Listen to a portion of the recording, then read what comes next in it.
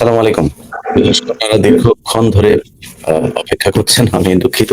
অনেকে কমেন্ট করছেন তাড়াতাড়ি আসার জন্য। আসলে আমরা আহ, এই কারিগরি কিছু সমস্যার কারণে দু একজনের সাউন্ড নিয়ে সমস্যা ছিল, যে কারণে আমরা আসতে একটু দেরি হয়েছে। যাই হোক, গতকাল যেমনটি বলেছিলাম যে আমরা আজকে আহ, পিলখানার যে হত্যাকাণ্ড, নারকীয় হত্যাকাণ্ড, সেই হত্যাকাণ্ডের যে রিপোর্ট প্রকাশিত হয়েছে স্বাধীন তদন্ত কমিশন, সেটার আহ, বিভিন্ন অংশ আমরা ধারাবাহিকভাবে প্রচার করতে থাকবো। আজকে মূলত যে বিষয়টা নিয়ে আলোচনা হবে সেটা হলো যে পিলখানা হত্যাকাণ্ডে সেনাবাহিনীর যে দায়, এখানে সেনাবাহিনীর কিছু কর্মকর্তা সরাসরি পরিকল্পনার সাথে সম্পৃক্ত ছিল। তাদের কজন সেই পিডিআর এর মতোই শুধুমাত্র একটা একটা জিম্মি নাটক হবে, আর কজন সরাসরি এই অফিসারকে হত্যা করা হবে সেটা আমরা জানি না। সেটা কমিশনের যে রিপোর্ট, সেই রিপোর্টও সেটা ওইভাবে জানা সম্ভব না, সেটা প্রকাশ করে সেখানে বলাও হয়নি। আমরা আপনাদেরকে অনুষ্ঠানে আমার সাথে আজকে যারা আছেন একটু পরিচয় করিয়ে নিই। আপনারা সবাই চেনেন, দুইজনকে তো জানেনই, ওনাদের আর পরিচয় করালাম না। আমাদের নতুন অতিথি যিনি আছেন, brigadier general ATM Ziaul Hasan. Ziaul Hasan ওই সময় পিলখানার হত্যাকাণ্ডের সময়টাতে তিনি ডিএমআই হিসেবে দায়িত্ব পালন করেছেন, ডিরেক্টর মিলিটারি ইন্টেলিজেন্স। সো তিনার কিছু দায় এখানে আছে। তিনি যেহেতু সেই জায়গাতে ছিলেন, তিনারা কি দায়িত্ব আছে। এবং এই 2008-এর যে নির্বাচন হয়েছিল সেই নির্বাচনের প্রস্তুতি চলছে, এবং আমাকে বলা হলো যে আমি এই 15 দিন আমি এই দপ্তরেই থাকবো, তবে দায়িত্ব গ্রহণ করব ইলেকশন পরে। তো ইলেকশন হওয়ার পরে 28শে ডিসেম্বর দায়িত্ব গ্রহণ করি এবং এরপর পালন করি। আপনি করলেন এই প্রশ্নগুলি। প্রথম কথা হচ্ছে যে আইনের ভিতরে দায়িত্ব গ্রহণের পরে ডিআরের এই সমস্ত দুর্নীতি সংক্রান্ত কোন রকম আওতার বাইরে, কারণ সে একটা স্বরাষ্ট্র মন্ত্রণালয় একটা এবং তারা তাদের নিজস্ব প্রশাসন দিয়ে চলে, এবং তাদের সম্পূর্ণ তাদের ভিতরে যে সমস্ত প্রশাসনিক কাজ, প্রশাসনিক কাজ। আচ্ছা, আমরা মনে হয় শুনতে একটু সমস্যা হচ্ছে। আপনার নেটের একটু প্রতিরক্ষা মন্ত্রণালয়ের অধীনে কাজ করি এবং বিডিআর স্বরাষ্ট্র মন্ত্রণালয়ের অধীনে কাজ করি। কমপ্লিটলি মন্ত্রণালয় ডিফারেন্ট, সুতরাং ওইখানে আমাদের সাথে কোনো যোগাযোগের কোনো প্রশ্নই আসে না। এইটুকুই আমার বক্তব্য এই ব্যাপারে। এরপরে আপনাদের যা হয়েছে, যে আমরা পিলখানা হত্যাকাণ্ডের পরে সেনাবাহিনীর অফিসার যারা এটার সাথে সম্পৃক্ত ছিল, এবং সেনাবাহিনীর অফিসার যারা এই ঘটনার সাথে বিডিআর এর কারা সম্পৃক্ত ছিল এবং সেনাবাহিনীর কারা সম্পৃক্ত ছিল, সেটা নিয়ে যারা বিচার করতে চেয়েছে, তদন্ত করতে চেয়েছে, তাদের মধ্যে একজন আছেন আমাদের এখানে ব্রিগেডিয়ার হাসান নাসের। এই ধরনের অফিসারদেরকেও তখন নানান ভাবে বাধা দেওয়া হয়েছে, তাদেরকে টর্চার করা হয়েছে, তাদেরকে উল্টো শাস্তি দেওয়া হয়েছে। মানে এই জিনিসগুলো তো নিশ্চয়ই আপনারা শুনেছেন বা আপনাদের ঊর্ধ্বতন অফিসাররা শুনেছেন। আমি আপনাকে বলছি যে অ্যাজ এ হোল সেনাবাহিনীর একজন কর্মকর্তা হিসেবে, যে এটা আপনারা মানে করেন নাই কেন, বা এই যে বিচারটা করা দরকার ছিল, সেখানে শুধুমাত্র বিডিআর এর লোকজনকে ধরে এনে, নিরীহ সবাইকে যারা বিভিন্ন ঢাকার বাইরের বিভিন্ন ক্যাম্পে ছিল তাদেরকে ধরে এনে আপনারা যাবজ্জীবন ফাঁসি টাসি দিয়ে এই যে 16টা বছর জেল কাটালেন, সেনাবাহিনীর অফিসারদের ব্যাপারে সেই ব্যবস্থাটা কেন নিলেন না? হ্যাঁ, এখানে আপনি একটা জিনিস খেয়াল রাখতে হবে যে এই যে বিচার প্রক্রিয়াটা, এটা ছিল সরকারের ব্যবস্থাপনা। এখানে একটা স্পেশাল কোর্ট এস্টাবলিশ করা হয়েছিল, এবং বিচারের যে সমস্ত প্রস্তুতি এবং আইনগত বিষয়গুলি তাদের আয়ত্তাধীন ছিল, এবং সেনাবাহিনীর অ্যাকচুয়ালি এর মধ্যে কোনো নিয়ন্ত্রণ ছিল না। এবং এই দুটো তদন্ত দল হয়েছে, তদন্ত কাজ পরিচালনা হয়েছিল। একটা হচ্ছে যে লেফটেন্যান্ট জেনারেল জাহাঙ্গীরের তত্ত্বাবধানে, যেটাতে এই তদন্ত আদালতটা ছিল সেনাবাহিনীর দ্বারা গঠিত, এবং এই তদন্তের টার্মস অফ রেফারেন্স আমার জানা নাই, কারণ আমি ছিলাম একজন সাক্ষী সেখানে। আমার যতটুকু আমি ধারণা করতে পারি, এটা আমার কমপ্লিটলি ধারণা যে এই ঘটনার কারণ এবং এর জন্য দায়ী কে এবং তাদের বিরুদ্ধে কি ব্যবস্থা গ্রহণ করা যায়, এটা ছিল হয়তোবা তাদের উদ্ঘাটনের বিষয়। এবং সেনাবাহিনীর ব্যর্থতা নিয়ে বা কেন আমরা অভিযান পরিচালনা করতে পারলাম না, এবং এই ব্যাপারটা আমার মনে হয় না যে তাদের যেই তদন্ত আদালতের টার্মস অফ রেফারেন্সের মধ্যে ছিল, বিকজ এইটা যখনই আলোচিত হবে তখনই সরকারের অনুমোদনের প্রশ্নটা কাছে চলে আসবে। আমি আপনাকে শুধু একটা জিনিস বলি, সেটা হচ্ছে যে এই ঘটনার প্রথম সেনা সদর জানতে পারে। প্রথম কথা হলো যে আমার দায়িত্ব মিলিটারি অফিস ডাইরেক্টর অপারেশন হিসাবে আমি বাংলাদেশ সেনাবাহিনীর যে জাতীয় যে পরিকল্পনা, মহাপরিকল্পনা আছে, প্রতিরক্ষা পরিকল্পনা, সেটা প্রণয়ন এবং সেটাকে বিভিন্ন ডিভিশনে দেওয়া অথবা সেনা প্রধানের পক্ষ থেকে এটাকে জারি করা এবং সেইভাবে সেনা মোতায়েন করা এবং সেই অপারেশন ঠিক মতো পরিচালনা হচ্ছে কিনা তা মনিটর করা এবং আমার কমান্ডকে অর্থাৎ সেনা প্রধানকে সিজিএস এর মাধ্যমে জানানো বা সরাসরি জানানো, এটা আমার কাজ। এখন যখন এরকম একটা ইমার্জেন্সি হলো যেখানে আমাদের প্রায় 132 জনের মতো অফিসার সেনা বিডিআর এর ভিতরে আটকা পড়েছে এবং ওই মুহূর্তে অ্যাকচুয়ালি সংখ্যা বলা হয় নাই, কিন্তু পরে আমরা ক্যালকুলেশন করে দেখেছি আমার ধারণা ছিল অ্যারাউন্ড 149, কিন্তু সত্যিকার অর্থে এটা ছিল 132। আচ্ছা, এখন আমাদের এই জায়গায় আমাদের ভূমিকাটা কি? 9:30 আমরা জানতে পারি যে বিডিআর এর সদর দপ্তরের ভেতরে কিছু উচ্ছৃঙ্খল সৈনিক বিডিআর মহাপরিচালকের দরবারে বিশৃঙ্খলা সৃষ্টি করেছে এবং একজন অস্ত্রের মুখে মহাপরিচালককে জিম্মি করেছে। এটা কিন্তু মোটেই একটা স্বাভাবিক ঘটনা না, এবং এটা সেনাবাহিনীর ইতিহাসে অন্য কোথাও হয়েছে কিনা আমার অ্যাটলিস্ট 31 বছরের সার্ভিস আমি শুনি নাই। আমি একটা বিদ্রোহের ব্যাপারে জানতাম, সেটা আনসারের, সেটা একটা অন্য ইস্যু ছিল। বাট এই যে সেনাবাহিনী এই বিডিআর এর ভিতরে যে এই যে বুদবুদ আপনি যেটা বললেন যে ডাল ভাত কর্মর যে কর্মসূচি ছিল সেটার দুর্নীতি, এটার জন্য কে দায়ী, এটা কিন্তু কমপ্লিটলি বিডিআর এর একটা ইন্টারনাল ব্যাপার। এটা যদি জেনেও থাকে কেউ, সেটা সেনা সদর পর্যন্ত আসলেও এটা সেনাবাহিনী প্রধান বা পিএসওরা জেনে থাকতে পারে। আর জানবে কারা? গোয়েন্দা সংস্থাগুলি, যেমন ডিজিএফআই বা এনএসআই, তারা জানতে পারে। সেনাবাহিনীর ডাইরেক্টর মিলিটারি অপারেশনের he has got no role to even get into the nitty-gritties of this Dal Bhat Karmasuchi. This is not our program. This is completely a national program. It was conducted by them. And its outcome, its anomalies, it is all the responsibility of the government, even not in the army headquarters. এই হলো actually ডাল ভাত কর্মসূচির ব্যাপার। কিন্তু 9:30 যখন BDR এর সদস্যরা এরকম একটা উচ্ছৃঙ্খল পরিস্থিতি সৃষ্টি করলো এবং বিডিআর এর মহাপরিচালক সেনাপ্রধানকে রিকোয়েস্ট করলো যে তাকে উদ্ধার করার জন্য, এবং সেই উদ্ধার করা রিকোয়েস্টের প্রেক্ষিতে সেনাপ্রধান যখন ঢাকা শহরের যে পদাতিক ব্রিগেডটা আছে সেই ব্রিগেড কমান্ডারকে ডেকে যখন আদেশ দিল যে তুমি ইমিডিয়েটলি যাও, এবং সেখানে তার প্রাথমিক আদেশটা ছিল তুমি যাও এবং সেখানে দেখো কি হচ্ছে। তো আমি একজন মিলিটারি অফিসার হিসেবে যখন আমি এটাকে আদেশে লিখবো, আমি এই কথাটা লিখবো না, বিকজ আমি তাকে তার টাস্ক খুব স্পেসিফিক করে দেবো, এটাই আমার কাজ। তো আমরা যেটা মানে পেশাগতভাবে যেভাবে দিই, আমরা এরকম সিচুয়েশনে যখন কোন বিশেষ অর্ডার দিতে হয় সময় কম থাকে, তখন আমাদের একটা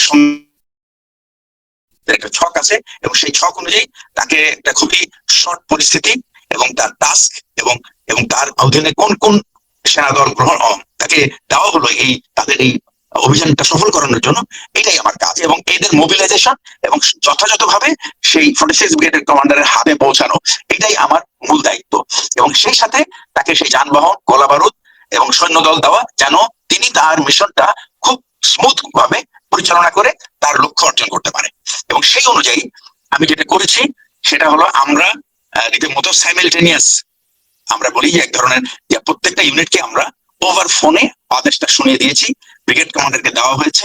ব্রিগেড কমান্ডার নিজের অপারেশনাল স্টাফ সাথে করে নিয়ে গেছেন, যেন সেখানে যদি ফার্দার অর্ডার দিতে হয়।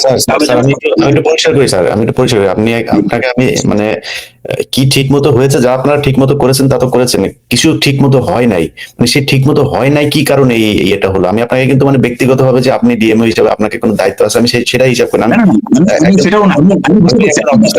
একজন অফিসার ছিলেন, সার্ভিং থাকা অবস্থায় একজন সৈনিকের উপরেও এটা বর্তায় যে এই ধরনের একটা ঘটনা ঘটলো, তাই না? দেশের ইতিহাসে সবচেয়ে ন্যাক্কারজনক একটা ঘটনা ঘটেছে। সেই জায়গা থেকে আমি বলছি যে আপনারা আপনার ঢাকার 46 ব্রিগেডকে পাঠিয়েছেন, এটাকে পাঠিয়েছেন, ওইটাকে পাঠিয়েছেন, মানে কি পাঠান নাই বা কি করেন নাই যে জন্য এই হামলাটা হলো? সেনাবাহিনীর ব্যর্থতাটা আসলে কি? না, হামলাটা তো অ্যাকচুয়ালি সেনাবাহিনীর উপরে হয়নি, এটা ঘটনাটা ঘটেছে ভেতরে। এবং এইখানে যে কাজটা হয়েছে সেটা হচ্ছে যে সেনাবাহিনীকে যখন তার দায়িত্ব দেওয়া হয়েছে, সেনাবাহিনী এবং তার অবজেক্টিভের মধ্যে অন্য একটা কর্তৃপক্ষ এসে দাঁড়িয়েছে, এবং এটা হলো আনএক্সপেক্টেড। এটা আমরা তো টেলিভিশনে দেখার পরে বুঝতে পারলাম যে রাজনৈতিক নেতৃবৃন্দ ইনভলভ হয়েছেন উইদাউট কনসাল্টিং দি মিলিটারি অথরিটি। এটাই হলো মেইন কারণ।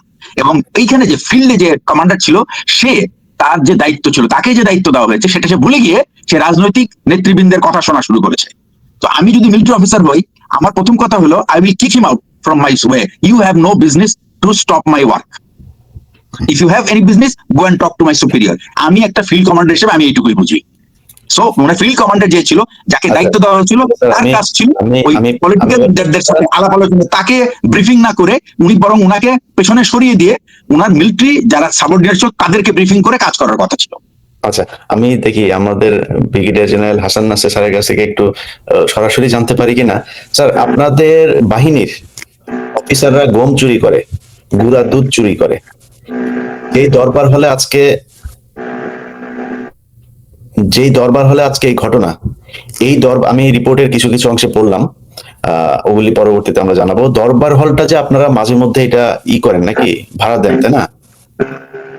এই ভাড়াটা যে দেন, এইখানেও কোনো ধরনের কোনো টেন্ডার বা কাদেরকে লিজ দেওয়া হবে এটা, এরকম কোনো ব্যক্তি না। ওইটা মেজর জেনারেল শাকিল তার পছন্দের একজনকে দিয়ে দিতেন, তো কোনো জবাব দিয়ে তার ব্যাচমেট, সো তাকে দিয়ে দিতেন, সেখানে কোনো জবাব দিতে থাকতো না। মানে এই যে সেনাবাহিনীর এত বড় একজন অফিসার পিলখানার মতো এরকম একটা জায়গার মধ্যে তারা একদম ক্যান্টনমেন্টের পাশে বসে এই ধরনের দুর্নীতি করছে, সারা দেশে বিডিআর এর যে সৈনিকদের মধ্যে যত ধরনের এই যে ক্ষোভগুলো তৈরি হয়েছে, তাদের উপরে যে নির্যাতনগুলো হয়েছে, এই ঘটনাগুলো ঘটলো, মানে এটার কি সেনাবাহিনীর মানে কেন্দ্রীয় কোনো কন্ট্রোল ছিল না বা কোনো দায়িত্ব ছিল না এগুলোর ব্যাপারে খোঁজ খবর রাখা? যেটা উনি বললেন যে টিএমওর একটা কাজ, এই ডিপার্টমেন্টের আসলে সেনাবাহিনীর অ্যাজ এ হোল কাজটা কি? মানে তারা তো কোনো না কোনো একটা জায়গায়, সেটা মিলিটারি ইন্টেলিজেন্স হোক, সেটা আপনার প্রধান সেনা প্রধানের কার্যালয় হোক, যেখানে হোক, কোনো না কোনো একটা জায়গাতে তো নিশ্চয়ই এটা তদারকি করা হয় যে সেনাবাহিনী আমার অফিসাররা ঠিক মতো চলছে কিনা, কোথায় কাকে দেওয়া হচ্ছে কি, এটা কে করে বা এটা করা হয় নাই কেন, বা এই যে এত মানে মহা চুরির সাথে সেনাবাহিনী জড়াই গেল, এই দায়টা কার? না sir, I have a point যে এই জাস্ট মিস্টার, আমি ইলিয়াস ভাই, আমি আপনাকে একটা বলি, please don't use this word. আপনার কাছে আসতেছে আমি একটু বলি প্লিজ, এই ওয়ার্ডটা ইউজ করা যায় সেনাবাহিনীর অফিসারের চুরি, এই ফরগেট, মানে just don't do this kind of word use, I just don't like this words. সেনাবাহিনী কিভাবে তাদের অফিসারদেরকে কন্ট্রোল করে, we have seen for last 33-34 year. BDR এর ভিতরে কেন করতে পারে নাই, that is not a failure of the military, সেনাবাহিনী সদর। বিডিআর এর ভিতরে যে অপকর্ম, সেই অপকর্মের জন্য সেনাবাহিনীকে দায়ী করা যাবে না। আপনাকে আবার আমি রিপিট করি, হ্যাঁ, আমি আজকে যে কথাগুলো বলছি, সেই যে শুরুতে যেটা পড়েছি সেটা আপনি শুনেছেন কিনা আমি জানি না, আবার রিপিট করি। অপারেশন ডাল কর্মসূচি ও বিডিআর সব মার্চ 2007 হতে সেপ্টেম্বর 2008 পর্যন্ত। আমি যা পড়ছি এটা coat unquote from BDR report, এই পিলখানা যে কমিশন রিপোর্ট। 15 মার্চ 2007 তারিখ হতে 28 সেপ্টেম্বর 2008 তারিখ পর্যন্ত বিডিআর এর তত্ত্বাবধানে অপারেশন ডাল ভাত কর্মসূচি পরিচালিত হয়, যেখানে ক্রয় কার্যক্রম নিয়ন্ত্রণ করেছেন মূলত মেজর জেনারেল শাকিল ও কর্নেল মুজিব। তারা ডাল ভাত প্রকল্পের ব্যাপক অনিয়ম করেন। এই লাইনগুলো পড়ার পরে সেনাবাহিনীর ক্ষেত্রে যদি নাকি এই অনিয়মটাকে সুন্দর করে ভদ্র ভাষায়, যেহেতু সেনাবাহিনী তো সুপার ক্লাস, তো তাদের ব্যাপারে যদি অন্য কোনো ভাষা করতে চান তাহলে করেন। এইটা যদি নাকি বিডিআর পুলিশ তাদের ব্যাপারে করতে চান, তখন আবার বলবেন যে প্রকল্পে ব্যাপক চুরি করে। এটা সুন্দর মার্জিত ভাষায় বলেছেন অনিয়ম। 600 কোটি টাকা নিয়ে আপনার মেজর জেনারেলের স্ত্রী বিমানবন্দরে ধরা পড়েছে, আপনি জানেন এটা? জানতেন?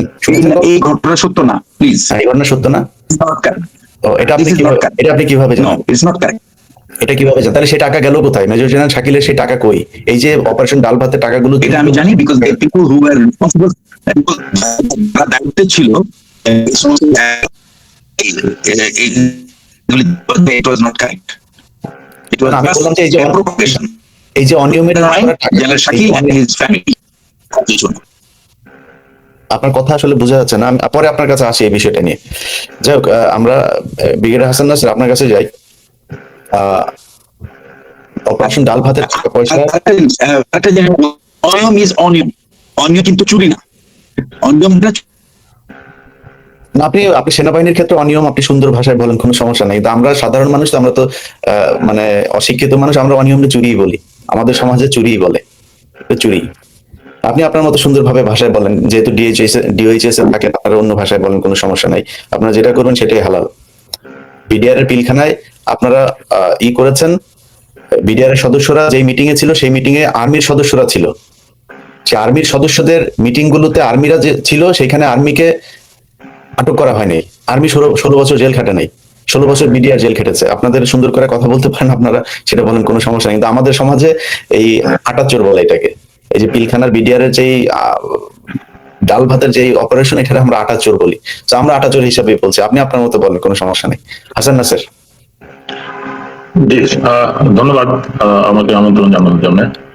আমি এখানে এই ডাল ভাত সম্পর্কে যেহেতু একটু ভিতরের তথ্য জানা আছে, সেজন্য আমি কিছু তথ্য বলবো, যেটা হয়তো প্রথমবার হইতে পারে, বা আমার নিজেরও ধারণা বা আমার রিএস্টিমেশন বলতে হবে এই রিপোর্টের পরিপ্রেক্ষিতে।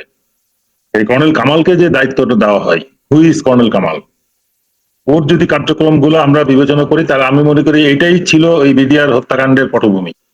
এই বিডিআর কে ডিসক্রেডিট করা, ডাল ভাতের মাধ্যমে যে বড়টা কাজটা হয়, পরিকল্পিতভাবে যেটা এসছে কর্নেল মুজিব এবং জেনারেল শাকিলের সাথে মিলে কামাল যেটা করেছে, কামালের একটা লিঙ্ক আছে যেটাকে আমরা এখন জেনারেল ফজলু যেটা প্রকাশ করেছেন, ভারতের লিঙ্ক।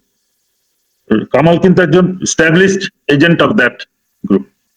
সেই হিসেবে সে যদি এই ডাল ভাতের কার্যক্রম পরিচালনা করে থাকে, এবং সে যদি এই যে 354 কোটি টাকার ডিলে যদি সে থেকে থাকে, আমার ধারণা এইখানে যে অনিয়মগুলো হয়েছে সেও করেছে, সেও বেনিফিটেড হয়েছে, এবং সে বিডিআর ডিজি এবং কর্নেল মুজিবকে যদি এ ব্যাপারে কোনো বেনিফিট দিয়ে থাকে, এটা পার্ট অফ দি প্ল্যান। এবং এটা তারাও যদি ট্র্যাপে পা দিয়ে থাকে, এটা বুঝতে হবে যে এটা দে লস দি, মানে দে গট ট্র্যাপড। এবং সেই পরিপ্রেক্ষিতে আমি বলবো যে এই ডাল ভাতের এই কার্যক্রম অনিয়মটা এস্টাবলিশড, বাট এই তথ্যগুলা প্রথম কমিশন যখন হয়, আমি যেটাতে সদস্য ছিলাম, এই তথ্যগুলো মোটেও আমাদেরকে দেওয়া হয় নাই। কামাল এসেও খুব সিম্পল একটা, ওই যে ঠিক মামুন খালেদ বা জিয়ার যে স্টেটমেন্ট ওই কমিশনে ছিল, মানে দেখেছি, করেছি, খেয়েছি টাইপ স্টেটমেন্ট তারা দিয়ে চলে গেছে, নোবডি আস্কড এ কোয়েশ্চেন। ওইটা লিপিবদ্ধ করে ছেড়ে দেওয়া হয়েছে, বিকজ উদ্দেশ্য ছিল যে পটভূমি, কারণ এবং সুপারিশ, এই তিনটা, যেটা ব্রিগেডিয়ার জিয়া ঠিক মতো বলতে পারে নাই। মূল ওই কমিশনের কাজ ছিল এটা, তো সেই হিসেবে ওই কাজটাই তারা করেছে। এইখানে আমি এই জন্য বলতেছি যে আপনি যেটা বলছেন এটা কারেক্ট, এবং এটাতে পরিকল্পনার একটা অংশ ডিডিআর কে ডিসক্রেডিট করা হবে ডাল ভাত দিয়ে, এবং সে কামাল এটার মূল আর্কিটেক্ট, এবং তাকে দিয়ে যে এজেন্সির সাথে তার যোগাযোগ সে এটা করছে। কামালের আরো অনেক ইতিহাস আছে যেটা এই মুহূর্তে বলার হয়তো প্রয়োজন নাই, আরো অপকর্ম। যেটা ওনার ধারাবাহিকতা যদি আমরা আসি, যে বিডিআর এর শুধু তো ডাল ভাত না, ডাল ভাত ছাড়াও ধরেন দরবার হল, এই যে দরবার হলটা যে আপনার ভাড়া দেওয়ার বিষয়টা এখানে উঠে এসেছে, আরো আরো বেশ কিছু বিষয় আছে। আমি আসলে ইলিয়াস ভাই, আমি এই মিলিটারি ইন বিজনেস যখন প্রথম বিএমটিএফ আর্মি নেয়, সেটাই কিন্তু ইনিশিয়েশন বলতে পারেন। তার আগে সেনা কল্যাণ সংস্থা ছিল, খুব ছোট আকারে ইউনিট লেভেলে ক্যান্টিন চলতো, ছোটখাটো ইনস্টিটিউশন চলতো, একটা হয়তো ক্লাব চলতো, এই পর্যায়ে ছিল। That was the initiation. এটাও কিন্তু পার্ট আর্মিকে করাপ্ট করা। আর্মিকে করাপ্ট করার প্ল্যান হচ্ছে এই বিভিন্ন কর্পোরেট বিজনেসের মধ্যে আর্মিকে ঢোকানো, এবং তারপরে আত্মীয়দের ফেভার করা, আত্মীয় মানে বন্ধু বান্ধবদের ফেভার করা, এবং ইট বিকাম এ প্র্যাকটিস। আর্মিতে এটা এখন যেহেতু huge number of business enterprise আছে, এবং এইটার থেকেই মনে হয় এই ডিপিএম, এইখান থেকে আইডিয়া হয়তো হাসিনা নিয়েছে, ডিপিএম, ডাইরেক্ট পারচেজ মেথড। এইটাতে মাধ্যমে মানে আমি ডাইরেক্টলি কাউকে ডেকে তার সাথে ডিল করতে পারি।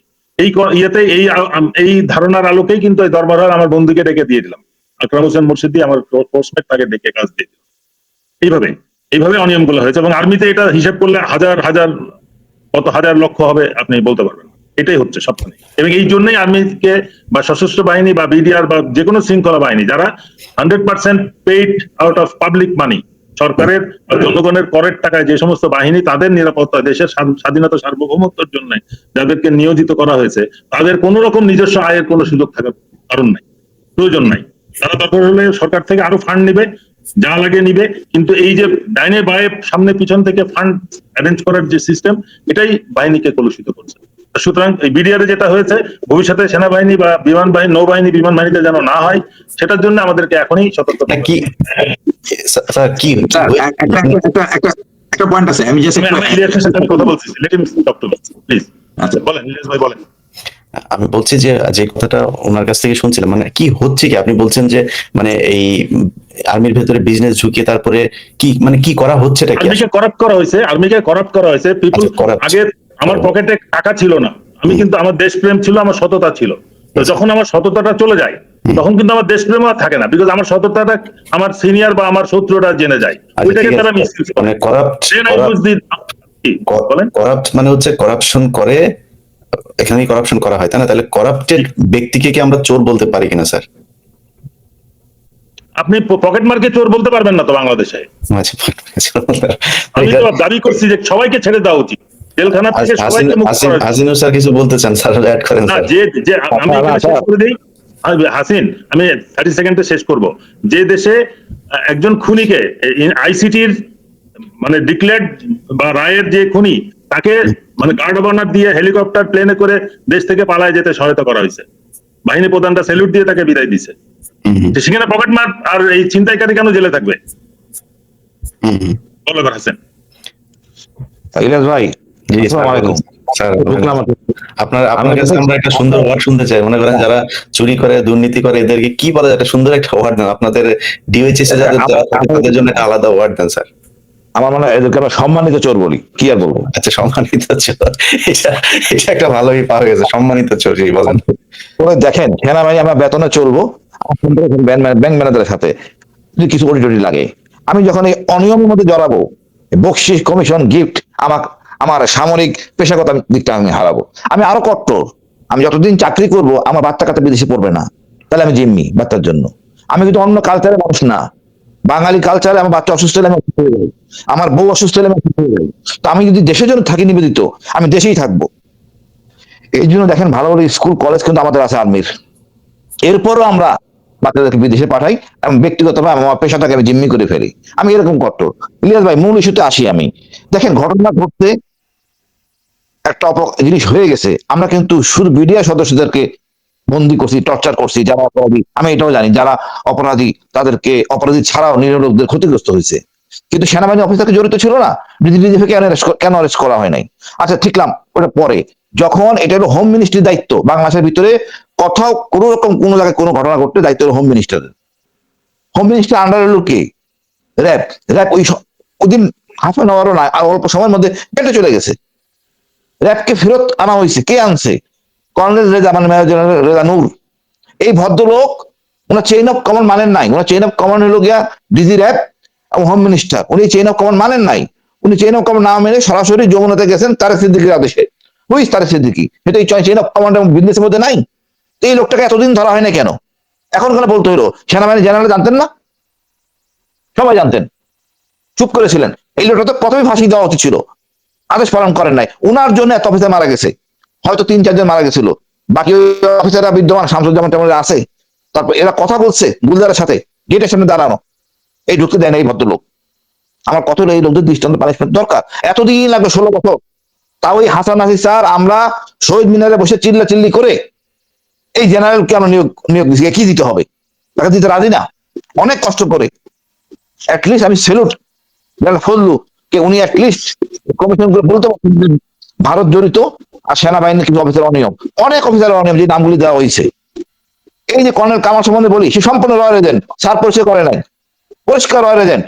স্যার এই ইনভলভমেন্ট হলো শুরু থেকে পরিকল্পিত। না, আমি এটা বলছি তো, জেনারেল ফজলু যার কথা বলছে, যে দেশের কথা বলছে, তার ওই এজেন্সিরই তো এজেন্ট সে। না, এইখানে এই কামাল স্যারই সব করা, এই ইন্টেলিজেন্সের কাজ, শনিদের খেপানো, টাকা পয়সা 2 নম্বরই করা। সুতরাং আপনাকে পরিষ্কার হইতে হবে, এদেরকে ছাড় দেওয়ার কোনো অবকাশ নাই।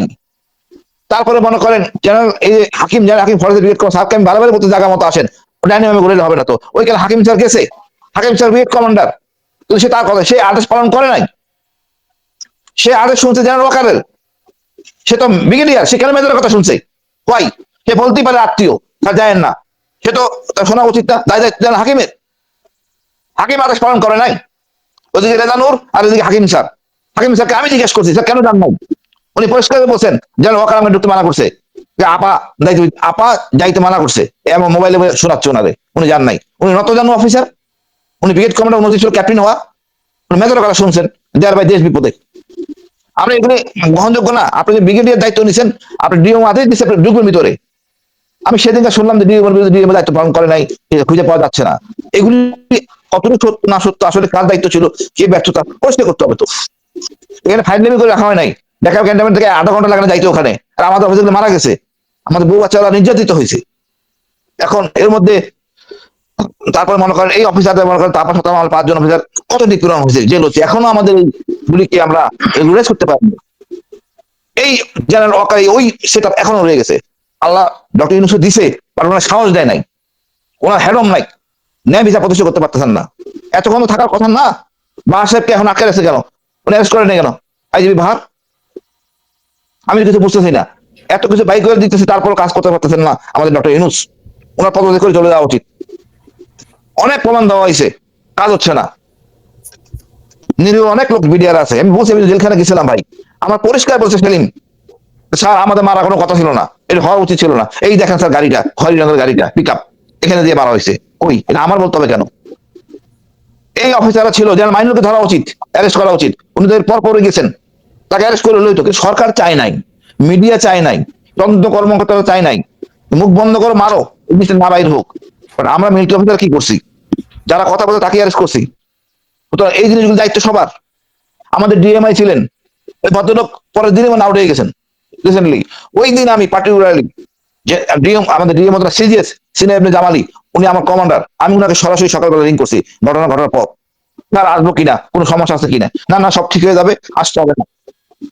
এখন কথা হলো ভাই, দায়িত্ব পালন করবেন না, আবার এই অনিয়ম করবেন কেন?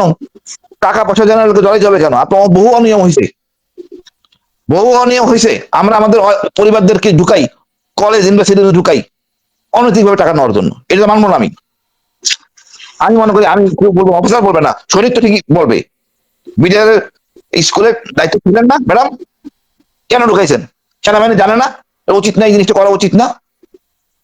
প্রত্যেকটা স্কুল থেকে, মানে আমি এইসব জিনিস আমাদের জিনিস বলতে চাই না, আমাদের সংস্কার হওয়া উচিত। যেখানে আর্থিক সুবিধা আছে এখান থেকে সব অফিসার সরে আসা উচিত। যে বেতন ভাতা দেয় এটাই থাকবেন, এটা থাকবেন না।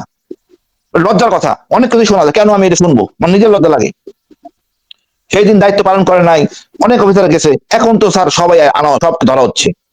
আমি দেখে আসি এক জায়গায় মামুন খালকে ধরা হয়েছে বেজ্জুতি, মানে এরকম অবস্থা। আমার স্যার বলতেছে পাগল হয়ে গেছে আর কি। আমার লজ্জা লাগতেছিল, এই জেনারেলরা এমন ভাবে ধমক খাইতেছে, আল্লাহর বিচার। গতকালকে ওনারা পরশুদিন বলেন না, মানে কি বলবো, মানে মহান আল্লাহ বিচার করে। আমি দেখি, আমি তো মজা পাইতেছি, আমি তো নিপীড়িত ছিল। আপনারা 2বার গুম করছেন, জেনারেল ছিলেন না, আমাদের 2nd টাইম গুম করাইলো। আজমি স্যার গুম ছিল, সেনাবাহিনী জানতেন না জেনারেলরা যারা আছে কথা বলতেছেন? ওয়াই এদিকে এখন আরামে আছেন কেন? আমি কি মানুষ ছিলাম না? না দেশের দ্রোহী ছিলাম। হাসিনা দ্রোহী থাকতে পারি আমি, আমি দেশের দ্রোহী না? আমি তো চোর ছিলাম না, আজমি স্যারও চোর ছিল না। আপনারা কি করছেন? এই সেনাবাহিনী কথা বলে ভয় করে, এখনো লোক আতঙ্কে থাকে। ওই যে 111 আসলো, এগুলি থেকে বেরিয়ে আসতে হবে। আমার পেশাগত দায়িত্ব আমি থাকবো। আবার আসি আপনার কাছে, তার আগে brigadier general ATM Ziaul Hasan, আপনার কাছে আসি আরেকবার স্যার। আপনি যদি আমাকে অ্যালাউ করেন তাহলে আপনার সাথে আর্গিউ করবো, অথবা আদারওয়াইজ ফ্রেন্ডলি শেষ করে দেবো। কিছু আর্গিউ হলে এটা আর্গুমেন্ট তো অবশ্যই করবেন, কেন করবেন না? মানে শোনেন, যতক্ষণ পর্যন্ত ফ্যাক্টস না বাইর হয়, you want to know the facts, you have to, this is an professional argument, এটার মধ্যে তো খারাপ লাগার কিছু নাই, but language is very important. Personal attack. এখন বিষয় হচ্ছে যে আমি ধরেন এই আপনাকে যদি কোশ্চেন করি যে বাংলাদেশে, এক কথায় যদি বাংলাদেশের একজন নাগরিককে জিজ্ঞেস করি যে কোন মেডিকেল নিয়ে সবচাইতে বেশি আমরা দুর্নীতি, চুরি, অনিয়মের খবর শুনি, এটা আপনি নাম বলতে পারবেন? আপনারা যদি জিজ্ঞেস করি, আপনি বলেন তো এরকম একটা হসপিটালের নাম। না, আমার I have no knowledge on this. Dhaka medical, মানুষ এটাই উত্তর দেবে, ঢাকা মেডিকেল। এখানে সবচাইতে বেশি এগুলো চলে। ওষুধ পায় না মানুষ, এই সমস্যা ওই সমস্যা, অভিযোগ আছেই। আচ্ছা, এটা ধরেন একটা, আপনি বাংলাদেশের ওষুধ প্রশাসন অধিদপ্তর, এটা ডিজি কে? আপনাদের একজন ব্রিগেডিয়ার জেনারেল। আচ্ছা, আপনার বিডিআর এর যে এত, সারা দেশে যে এত ইয়াবা, ফেন্সিডিল, এত কিছু ঢোকে তো, তাই না স্যার? এটা তো সত্যি কথা, তাই না? তাহলে আমরা এত ইয়াবা, ফেন্সিডিল পাই কোত্থেকে?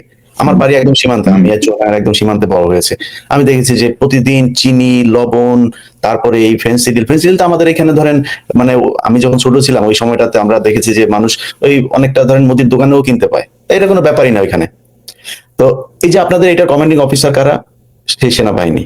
আচ্ছা, আমরা সেগুলি যদি বাদও দেই, আজকে যে বিষয়টা নিয়ে আমরা কথা বলছি, যে পিলখানার হত্যাকাণ্ডের কথা, পিলখানার হত্যাকাণ্ডে এই যে কর্নেল মুজিব, যেটা বিভিন্ন সময় আমরা শুনেছি, যে উনি একজনের কথা বললেন, রেজা নূর, যে কিনা র্যাবের রেজা নূর এডিজি। আরেকজন হচ্ছে শামস, লেফটেন্যান্ট কর্নেল শামস, আপনাদের 13 বোধহয় ব্যাটালিয়নের বোধহয় জি। তো ওই ব্যাটালিয়নের সিও ছিল। এখন এই যে সবগুলো স্যার আর্মির নামগুলো আসলো, যেটা হাসান নাসের স্যার বললেন যে আপনারা বিভিন্ন জায়গায় এই ব্যবসায় যতক্ষণ জড়িয়ে যাচ্ছেন, মানে পৃথিবীর বিভিন্ন দেশে সেনাবাহিনীকে কেন এই সিভিল থেকে আলাদা রাখা হয়, তারা তো বাংলাদেশেরই মানুষ, মানে পুলিশ বাংলাদেশেরই মানুষ, সেনাবাহিনীরও বাংলাদেশের মানুষ। কেন আলাদা তারা?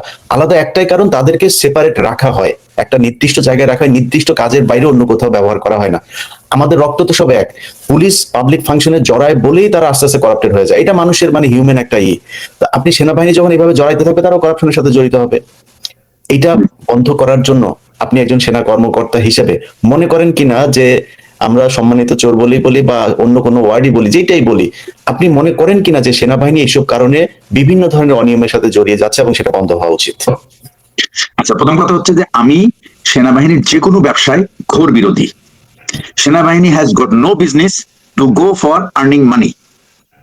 যেমন আমি প্রথম থেকে আসি, সেনাবাহিনীর প্রত্যেকটা ইউনিটে একটা ক্যান্টিনের প্রভিশন আছে। এই canteen is only for soldiers need, just যা প্রয়োজন শুধু সেইটুকু। এই ক্যান্টিন হয়ে গেছে এখন বিভিন্ন রকম জিনিসপত্র, কোনো কোনো ইউনিট এটাকে রেস্টুরেন্ট বানায় ফেলছে। সেনাবাহিনীর প্রত্যেকটা সৈনিক 3 বেলা খাবার সরকার দেয়, তাদের স্ন্যাক্স সরকার দেয়, তাদের তাদের বিকালে চা দেয় এবং রাত্রে খাবার, দ্যাটস ইট। একটা মানুষের জন্য যেটুকু দরকার সব দেয়। সেনাবাহিনীর প্রশিক্ষণের জন্য বাৎসরিক টাকা বরাদ্দ করা হয়। সেনাবাহিনীর প্রশাসনিক যে সমস্ত খরচ আছে, এটা সেনাবাহিনীর যে অর্থ বরাদ্দ হয় এর মধ্যে যথেষ্ট। আমি একটা ব্রিগেড কমান্ডার হিসেবে আমার ব্রিগেডের 5,000 টাকা ছিল, 5,000 টাকা দেওয়ার ক্ষমতা ছিল না প্রাইভেট ফান্ডে, এবং আমি দেখলাম যে আমি ভালোই চলছিল, আমার কিছু দরকার ছিল না। তারপরেও এখন সেনাবাহিনীর এমন একটা পরিস্থিতি হয়ে গেছে, আমি আপনাকে এর আগে যে জন্য ব্রিগেডিয়ার জেনারেল হাসান হাসান আমাকে একটু স্টপ করে দিলেন, বাট আমি যে কথাটা বলতে চাইছিলাম যে ইন্দোনেশিয়াতে এই সমস্ত সেনাবাহিনী ইনভলভ ছিল বিজনেসে। সৌহার্দ্য চলে যাওয়ার পরে যখন ইন্দোনেশিয়াতে গণতান্ত্রিক পরিবেশ ফিরে আসলো এবং সারা বিশ্ব থেকে তখন তাদের অর্থনৈতিক সংকটের কারণে তাদেরকে বলা হলো যে তাদের এই অর্থনৈতিক সংকট দূরকরণের জন্য অর্থ দেওয়া হবে উইথ ওয়ান কন্ডিশন। একটা কমিশন করে সেনাবাহিনীর তত্ত্বাবধানে যত ব্যবসা প্রতিষ্ঠান আছে সবগুলির অডিট করে একটা কমিশনের কাছে সমস্ত ব্যবসা প্রতিষ্ঠান হ্যান্ড ওভার করে দিতে হবে, এবং সরকার সিদ্ধান্ত নিবে এই ব্যবসা প্রতিষ্ঠানগুলি কেমন কে চালাবে। ওই শর্তে সেনাবাহিনী ব্যবসা থেকে বেরিয়ে আসলো। একটা সেনাবাহিনীকে যদি তার পেশাগত কাজে ইনভলভ থাকতে হয়, তাকে একমাত্র পেশাগত কাজ, আর কোনো কাজে ইনভলভ করা তার জন্য অনুচিত। এর পাশাপাশি আরো একটা কথা বলি, আমি ইদানিং প্রায়ই সরকারের যে কোনো জায়গায় প্রয়োজন হলে রাস্তা বানাও, রাস্তা ঝাড়ু দাও, ট্রাফিক করো, এগুলি সব কাজ সেনাবাহিনী। দিস সেনাবাহিনী is not for this job. এগুলির প্রত্যেকটার জন্য মানুষ তাদেরকে নিয়োগ করা আছে, নিয়োজিত করা আছে, তাদেরকে ব্যবহার করা হচ্ছে। যখনই সেনাবাহিনী এই কাজগুলি করে তখন কিন্তু তাদের আর কোনো কাজ থাকে না, তারা তাদের করাপশন চালাতে থাকে। আর সেনাবাহিনীর যখন যে কাজ, অরিজিনাল কাজ, সেই কাজটা কে করে দিবে? তার সেই কি ওই মিউনিসিপ্যাল ক্লিনাররা কি ওই কাজটা করতে পারবে? পুলিশ কি, পুলিশের ট্রাফিক কি কাজটা করতে পারবে? They can't do it. এই ব্যাপারটাই সেনাবাহিনীর উচ্চ পদস্থ সবচেয়ে সর্বোচ্চ office does not understand. That's why we are having this trouble. এবং এইটা এখন প্রত্যেকটা অফিসারের রন্ধ্রে রন্ধ্রে ঢুকে গেছে। আপনি দেখেন আমার ব্যাটালিয়নের ওয়াইসি কে আমি কখনো ক্যান্টিনের প্রফিটের উপরে আমি তাকে জাজমেন্ট করতাম না, আমি তাকে জাজমেন্ট করতাম সেই ট্রেনিং প্ল্যান কেমন, কত কত ভালোভাবে করেছে সেটা দেখার জন্য। তো এটা যদি এই প্রফেশনাল যদি ফেরত না আসে, this army will have this corruption will continue and will be losing. আমি যে কথাটা বলি, আমাদেরকে অপরচুনিটি বন্ধ করে দিতে হবে। যদি অপরচুনিটি বন্ধ না করি, করাপশন হবেই। তো অপরচুনিটি বন্ধ করার একটাই উপায়, সেটা হচ্ছে concentrate on your primary job, no other job. এখন স্যার অপরচুনিটি বন্ধ করার পক্ষে যারা আপনাদের মতো খুবই স্বচ্ছ অফিসার আছেন, যারা আসলে সেনাবাহিনীর মানে ভালো চান, সেনাবাহিনী মাথা উঁচু করে থাকুক এরকম চান, আপনাদের অফিসারদের তো দিন দিন আপনি নিজেও তো এখন অবহেলিত অবস্থাতেই আছেন। আপনাদেরকে খুব গুরুত্বপূর্ণ জায়গাগুলোতে বিভিন্ন সময় কিছুটা কর্নার করে রাখা হয়। আমাদেরকে সহ্য করতে পারবে না, আমাদেরকে সহ্য করতে পারবে না। হাসান নাসির পিএনজি হয়ে আছেন, আমি জানি না আপনি পিএনজি হয়েছেন কিনা।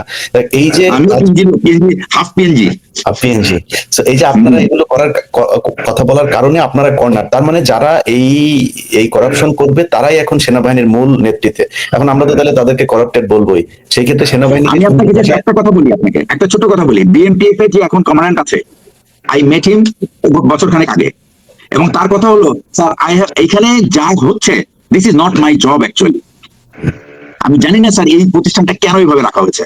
না ঠিক আছে, এখন আপনার কথার প্রেক্ষিতে আমি প্রশ্ন করি, সেটা হচ্ছে যে আমরা চোর বলার ক্ষেত্রে আমাদের কর্নেল হাসিনুর স্যারের কাছ থেকে আমরা একটা সুন্দর শব্দ পেয়েছি, সম্মানিত চোর। সেই ক্ষেত্রে দুর্নীতিবাজ বলার ক্ষেত্রে আমরা কি ব্যবহার করবো? একটা বিশেষণ যুক্ত করবো। দুর্নীতি বলেন, দুর্নীতি বলেন, আমি আপনাকে বলি সেটা হচ্ছে আপনাকে প্রুফ করে বলতে হবে দুর্নীতি। You can't just tell me যে আপনি অফিসার, সব অফিসার চোর।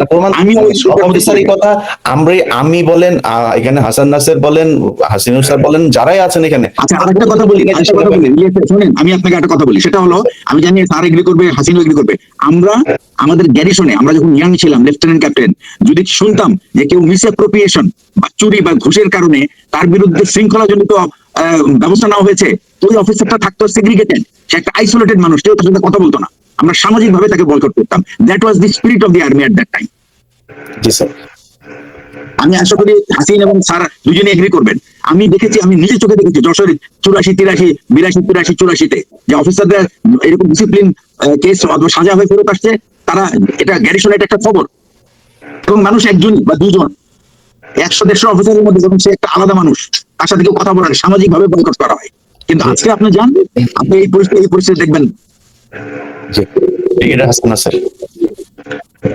জিয়া যেটা বলছে, ব্রিগেডিয়ার জিয়া যেটা বলছে এটা সঠিক, বাট এটা তো এখন কেউ শুনতে বা বিশ্বাস করতে রাজি না। বর্তমান প্রেক্ষিতে সিচুয়েশনটা ঠিক রিভার্স হয়ে গেছে। এখন যারা ভালো মানুষ তারা চুপচাপ ঘরের কোনায় থাকে, তারা একেবারে চুপ হয়ে গেছে, কোনো কথা বলার সুযোগ পায় না। যারা যে যত বেশি দুর্নীতিবাদ, যত বেশি অপকর্ম করছে, তার তত বুক ফুলিয়ে সে হাঁটে এবং তত বেশি সাহস এবং ইয়েটা দেখায়, মানে ক্ষমতা সে প্রদর্শন করে, এবং তাকে সেনাবাহিনীতে সবাই উচ্চ পদে অধিষ্ঠিত হইতে দেখে। এই কালচারটা শুরু হয়েছে কিন্তু ওইখান থেকে। আমি মনে করি ওই যখন 96-এর পরে জেনারেল মুস্তাফিজকে যখন বাড়ি থেকে নিয়ে এসে সেনাপ্রধান বানানো হয়, উনি বিএমটিএফ কে তখন সেনাবাহিনী দিয়ে অ্যাকোয়ার করান, এবং তখনই কিন্তু দাবি অনেকেই ছিল, অনেকে, তার মধ্যে আমি একজন স্ট্রং দাবিদার ছিলাম যে সেনাবাহিনী যেন কোনো বিজনেসে ইনভলভ না হয়। এবং আলটিমেটলি এই 24 অগস্ট থেকে যখনই আমি প্রথম 21 অগস্ট রাওয়াতে যখন ডিপ্লয়েড অফিসারদের সাথে আমি বসছি, তাদের গল্প কথা শোনার পরে ওইখানেই কিন্তু আমি বলেছিলাম যে সশস্ত্র বাহিনীর পূর্ণাঙ্গ রিফর্ম প্রয়োজন। আমি ব্যক্তিগতভাবে ফিল করেছিলাম, বাট এই 16 বছরের যে অফিসারদের প্রতি যে অন্যায় অবিচারটা হয়েছে, সেটার ব্যাপকতা দেখে কিন্তু ওইখানে আমি বলেছিলাম। ওইখানে যদি আপনার ভিডিও রেকর্ড দেখেন, ওইখানে আমি আমার শেষ কথার বক্তব্যের শেষ ছিল যে এইটা যদি আমরা ভবিষ্যতে বন্ধ করতে চাই, তাহলে সশস্ত্র বাহিনীর ব্যাপক রিফর্ম প্রয়োজন। তারপরের থেকে রাওয়া আমাদের প্রোগ্রাম করা বন্ধ করে দিল, তখন আমরা প্রেস ক্লাবে যাওয়া শুরু করলাম। প্রেস ক্লাবেও কিন্তু আমরা জাতীয় নিরাপত্তা এবং সশস্ত্র বাহিনীর ভবিষ্যৎ সংগঠন নিয়ে আমরা আলাপ করেছি, ওখানে আমরা একই দাবি করছি। এই যে আজকে যে কর্নেল হাসিন যেটা বললো বা জিয়া যেটা বলতেছে, এই যে সমস্ত ব্যবসার মধ্যে ইনভলভ, আমরা কিন্তু একই কথা, ওই ইন্দোনেশিয়ার এক্সাম্পল দরকার কেন? আমি রিয়েলাইজ করবো আমার সমস্যা কি, আমি রিয়েলাইজ করছি যে সব ব্যবসা প্রতিষ্ঠানটাকে ক্লোজ করতে হবে।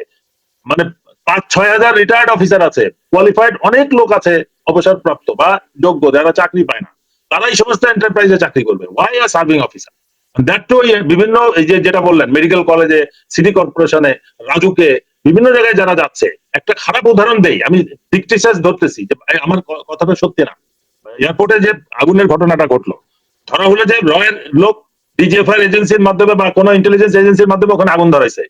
ওটাতে ওখানে একজন মিলিটারি ইনভলভ, আগুন নিভাইতে আসছে ফায়ার ব্রিগেড, তারা বলছে যে আমাদেরকে ভিতরে ঢুকতে দেয় না। স্পটে যারা, তারা মিডিয়াতে বলছে, সোশ্যাল নেটওয়ার্কে যেটা আসছে, ফেসবুকে আসছে, যে আমাদেরকে ভিতরে যেতে দেওয়া হয় নাই, অনুমতি নাই। তার মানে আগুনটা জ্বলে পুড়ে শেষ হয়ে যাক সেই পর্যন্ত তারা আটকাইছে। কিন্তু ওখানে কারা ছিল পাহারায়? একটা huge number of air force people. এখন আগুন নিভাইতে আসছিল কিন্তু ওইখানে ফায়ার ব্রিগেডও আর্মি। এখন যখন কমিটি গঠন করা হলো, তখন কমিটির কাছে কিন্তু সব বক্তব্য পাল্টায় গেল, এবং এই পাল্টানোটা সম্ভব হলো যেন আমরা তো সময় মতো ঢুকছি, তার আগেই শর্ট সার্কিটে সব পুড়ে গেছে। এই যে একটা নেক্সাস, এই যে সবাই মিলে একটা কনক্লুশন ড্র করতে বাধ্য করলো যে শর্ট সার্কিটে এয়ারপোর্টের আগুনটা ধরছে। এটা সম্ভব হয়েছে। এয়ারপোর্টে 400 থেকে 600 এয়ারফোর্সের পিপল আছে, অফিসার এবং অল র্যাঙ্কস, বিভিন্ন পদে। ফায়ার ব্রিগেডে মিলিটারি অফিসার আছে, ইন্টেলিজেন্স এজেন্সি মিলিটারি অফিসার আছে, এবং এর মধ্যে কেউ যদি অপকর্মে ইনভলভ থাকে, তার অপকর্মটাকে ঢাকার জন্য অন্যান্য এজেন্সিগুলো তাকে কভার আপ করতেছে, এবং এটাই হয়েছে। ফায়ার ব্রিগেডের স্পটে যারা বক্তব্য, তারা বলছে যে আমরা এসব ভিতরে ঢুকতে গেছি, আমাদের ঢুকতে দেয় না, বলে বাইরের থেকে পানি মারতে হবে। একটা শেডের বাইরে পুরো কভার্ড, একটা প্রোটেক্টেড শেড, আমি বাইরের থেকে পানি মেরে কিভাবে এটা নিয়ে পাবো? এই জিনিসটা বুঝতে হবে। কিন্তু স্টেটমেন্ট যেটা দেখবেন আপনি, ইনকোয়ারি হয়েছে, ওটার মধ্যে যথাসময়ে ফায়ার ব্রিগেড এসে আগুন নিবানোর চেষ্টা করছে, বা এসে তাকে সব পুড়ে গেছে। এটা সম্ভব হয়েছে। কিন্তু 3 বাহিনী যদি আলাদা থাকতো, ফায়ার ব্রিগেডে যদি এক্সক্লুসিভলি ফায়ার ব্রিগেডের লোক থাকতো, তাহলে কিন্তু এই ইনস্ট্যান্টলি পরদিন কিন্তু স্টেটমেন্ট চেঞ্জ করা সম্ভব ছিল না, বা ইনকোয়ারিতে এইভাবে একটা, এই প্রত্যেকটা ক্ষেত্রে তাই হচ্ছে। এখন আপনি দুর্নীতি দমনে যাবেন, ওখানে একজন ব্রিগেডিয়ার সাহেব বসা আছে, সে তখন ওইখানে প্যাচ আপ করে দিবে, ফাইল তারে দিয়ে দিবে যে আপনার বিরুদ্ধে অভিযোগ আসছে। অমুক অমুক কমপ্লেন করছে, ওদের ধরেন, ওদের পিটান, ওদের হয় টাকা পয়সা দিয়ে চুপ করান, নাহলে ওদের সন্ত্রাসী দিয়ে দেশ ত্যাগ করান। This is what is going on. আমি মনে করি যে যেটা ইয়ে বলছে, যেটা আমাদের ইন্দোনেশিয়ার থেকে দরকার নেই। I think we have suffered enough. বাংলাদেশের মানুষ অনেক সাফার করছে, আর আর সাফার করার কোনো সুযোগ নেই। এরপর আর দেশ থাকবে না যদি আমরা নিজেদেরকে নিজেরা সংশোধন না করি। তো সুতরাং সমস্ত রকম, আমি আর্মিতে যত খুশি গলফ খেলবো, কিন্তু আমার গলফ ক্লাবে গলফ কোর্সের মধ্যে কোনো ডিপ্লোমেট আসবে না। সে স্পনেজ অ্যাক্টিভিটি করতেছে, সে আমার অফিসারদেরকে ফান্ড করতেছে। আমার গলফ কোর্সের স্পন্সর বিজনেসম্যান করবে কেন? যখনই একটা বিজনেসম্যানের 1000 কোটি টাকার ট্যাক্স ফাঁকি ধরা হয়, কাস্টমস ধরবে, পরদিন সে একটা আর্মি গলফ ক্লাবে এসে একটা বিরাট একটা টুর্নামেন্ট অর্গানাইজ করে দিবে, এবং তার এনবিআর তার কাছে আসবে না। এগুলো কিন্তু আমরা চাকরি থেকে দেখে আসতেছি, এবং এইটাই কিন্তু আস্তে আস্তে আস্তে আস্তে সেনাবাহিনীকে ব্যাপক একটা, সশস্ত্র বাহিনীকে ব্যাপক একটা দুর্নীতি, এবং কিভাবে আমরা বলতেছি যে আজকে একটা দেশের ইন্টেলিজেন্স বাহিনীর 5 জন প্রধান জেনারেল চলে গেছে শত্রু দেশে। এর থেকে লজ্জাস্কর জিনিস আর কি আছে? প্রধানমন্ত্রী চলে গেছে, অল লজ্জার বিষয় না স্যার, লজ্জাটা না, মানে এটা আমার জন্য বিশাল বিশাল হুমকি স্যার, এটা বিরাট হুমকি স্যার, এটা খালি লজ্জার বিষয় না। হুমকি তো আমি বলতেছি যে এটা কেন গেল, কারণ হচ্ছে যে এই সমস্ত সবাই দেখবেন গলফ ক্লাবের মেম্বারেরা, এবং ওইখান থেকে তার প্রথম লিঙ্কটা, স্প্যানেজটা ওখান থেকে শুরু হয়, করাপশনটা ওখান থেকে শুরু হয়। এই জিনিসগুলো আমাদেরকে রিয়েলাইজ করতে হবে যে কোত্থেকে এগুলো ঢুকতেছে, কারা এগুলো করতেছে। এবং আমাদের এটা আমি আমার যেখানে যেখানে আছে, এই যে যেটা বললো কমিশন দিয়ে, কমিশন গঠন, এটা আমরা কিন্তু প্রথম থেকে দাবি করে আসতেছি। প্রেস ক্লাবে একাধিক আমরা প্রেস কনফারেন্স করেছি, যেটার মধ্যে দাবি ছিল সশস্ত্র বাহিনীর ব্যাপক সংস্কার করতে হবে। এই সংস্কারের দন্ত সাও তো এখনো পর্যন্ত আমরা করতে পারিনি। আমরা দেখলাম যে ওই আইসিটির যারা মানবতার বিরুদ্ধে অপরাধী যারা, তাদেরকে এসি বাসি করে নিয়ে আসা হচ্ছে, এবং তাদেরকে ভিআইপি কমপ্লেক্সের মধ্যে রাখা হচ্ছে। দ্যাটস এ ভিআইপি কমপ্লেক্স, যে বিল্ডিং এ তাদেরকে রাখা হয়েছে। এটা তো বাকি চিফ জাস্টিস বা অন্যদের জন্য প্রযোজ্য না।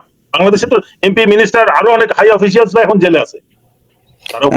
খালেদা জিয়ার মতো ব্যক্তি জেলে ছিল, সরাসরি জেলে, ওনাকে কি বাকি সাব জেল হয়েছে, ঠিক আছে, but for major or lieutenant colonel or brigadier or somebody else, আমাদের বুঝতে না না না না, খালেদা জিয়া স্যার, খালেদা জিয়ার যে সাব জেলের বিষয়ে, মানে ওইটা তো এই ওনাদের এই ক্যাটাগরির ওয়াইফাই ইলেকট্রিক ডিভাইস, 111 এর সময় ইট ওয়াজ গুড, পরবর্তীতে যেটা রাখা হয়েছে সেটা মানে একবার তাকে কষ্টের মধ্যেই রাখা হয়েছে। সেটাও জেলই ছিল, লিটারালি জেল ছিল চাকরিতে। তখন তাদের ফেস কথা কোথায় ছিল, এত বড় বড় কথা কোথায় ছিল? আমাদের আর কোনো অপশন নাই। আমরা যদি দেশকে বাঁচাইতে চাই, সশস্ত্র বাহিনীকে অবশ্যই সংস্কারের আওতায় আনতে হবে, সমস্ত রকম সিভিল এমপ্লয়মেন্ট থেকে তাদেরকে ক্যান্টনমেন্টে ফেরত আনতে হবে। তাহলে কিন্তু সশস্ত্র বাহিনী দুর্নীতির থেকে টোটালি ডিটাচ করে ফেলতে হবে ওদের, মানে, এবং ওই বাকি আবার এটাও খেয়াল রাখতে হবে, পিওএইচএস সশস্ত্র বাহিনীর জন্য, এখন পিওএইচএস আছে, আনসার বাহিনীরও হাউজিং সোসাইটি আছে, অন্য সবাই এটারে বানাই ফেলছে। মানে সশস্ত্র বাহিনী যে ড্রেস পরে, পুলিশও পরে, আনসারও পরে, ওই সিকিউরিটি গার্ডরাও একই ড্রেস পরে। আমাকে সশস্ত্র বাহিনীকে টোটালি একটা এক্সক্লুসিভ ফোর্স হিসেবে স্পেশাল প্রিভিলেজ দিয়ে ক্যান্টনমেন্টের মধ্যে আটকান, সব প্রবলেম সলভ হয়ে যাবে, তাদের কোনো বাইরে থাকার প্রয়োজন নাই। এই ধরনের বিডিআর এর ঘটনা নাইলে কিন্তু আবার ভবিষ্যতে করবে, কিন্তু কোন গ্যারিসনে, কোন ইয়েতে, থানায়, কোন পোস্টে, নোবডি নোস। না স্যার, আপনি বিডিআর এর সমস্যাটা কি সমাধান করে গিয়েছে? বিডিআর এর পোশাক পরিবর্তন করা হলো, আর পোশাক তো সেনাবাহিনীর পোশাক পরিবর্তন করতে হবে, ওই অফিসারদের পোশাক পরিবর্তন করতে হবে, বিডিআর এর পোশাক পরিবর্তন। আমি আপনাকে একটা কথা বলেছি, is there a recommendation that BDR must get back its rank again, মানে নেম अगेन? হ্যাঁ অবশ্যই, 100%। কোনো ইয়ে না, বিডিআর নামটা ফেরত আনতে হবে, পোশাক ফেরত আনতে হবে, কেননা তাদের অপকর্মকে ঢাকার জন্য পোশাক এবং নাম পাল্টানো হয়েছে, এবং সেটার দাবিদারকে, সেটাও আমি কমিশনে স্পেসিফিক্যালি বলছি। সেই দায় যদি স্যার, বিডিআর যদি সেই দায়ে নাম পরিবর্তন হয়, তাহলে আর্মিরও নাম পরিবর্তন করতে হবে, কারণ বিডিআর এর সব সদস্য তো জড়িত ছিল না, আর্মির সব সদস্য জড়িত। স্যার একটু আমি বলি, ইলিয়াস ভাই, আপনার কাছে যাবার আগে আমার একটু আপনার ওই সূচনাটা দিয়ে দিতে দেই। সেটা হচ্ছে যে আমরা আলোচনার শেষের দিকে চলে এসেছি, যে বিষয়টা নিয়ে আমরা আলোচনা করতে এসেছি, মূল ঘটনা তো বিডিআর হত্যাকাণ্ড।